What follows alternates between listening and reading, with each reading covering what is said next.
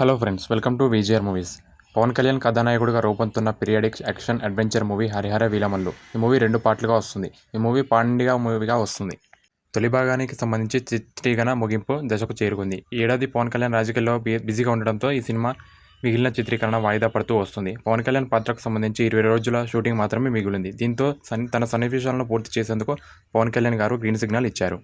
అయితే ఉప ముఖ్యమంత్రిగా తీరిక లేకుండా ఉన్న ఆయన ఈ సినిమా షూటింగ్కు తాజాగా సమయాన్ని కేటాయించారు. ఈ నెల 23న విజయవాడలో హరిహర వీరమల్లు కొత్త షెడ్యూల్ ప్రారంభం కానుంది.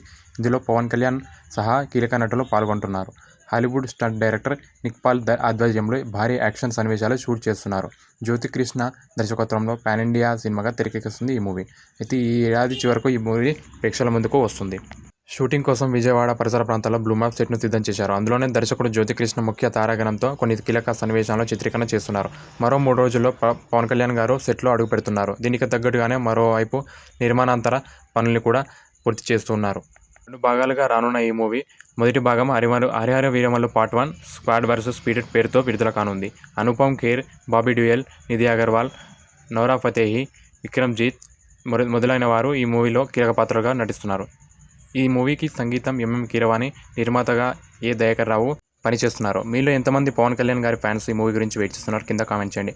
అండ్ ఈ వీడియో కనుక మీకు నచ్చినట్లయితే వెంటనే మన ఛానల్ సబ్స్క్రైబ్ చేసుకొని బెల్ ఐకాన్ ట్యాప్ చేయండి. అండ్ లైక్, షేర్, కామెంట్ చేయండి. Thank you for watching.